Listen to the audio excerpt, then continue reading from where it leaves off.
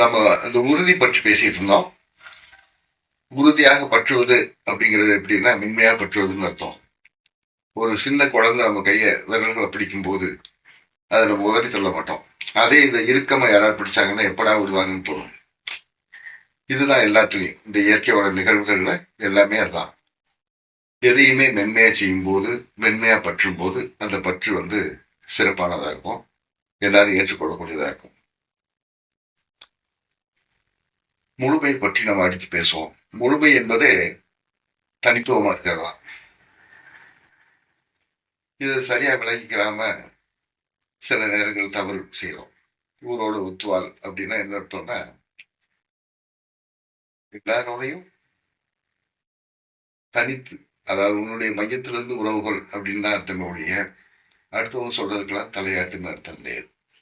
எல்லாத்தையும் ஏத்துட்டு அவங்களோட போ, அவங்க சொல்ற நல்லது கெட்டது எல்லையுமே நீ சிந்திச்சு பார்க்காத அப்படின்லாம் அர்த்தம் கிடையாது.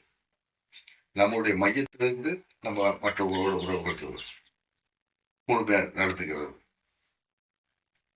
இதை பற்றி நம்ம அடுத்த வாரம் விரிவாக பேசலாம். இப்போதைக்கு இந்த உறுதிங்கிறத பற்றி சிந்திங்க. உங்களுக்கு அந்த உறுதி பற்றி தோன்றக்கூடிய விஷயங்களையும் நம்ம கலந்துரையாடல ஞாயிற்றுக்கிழமை பேசலாம்.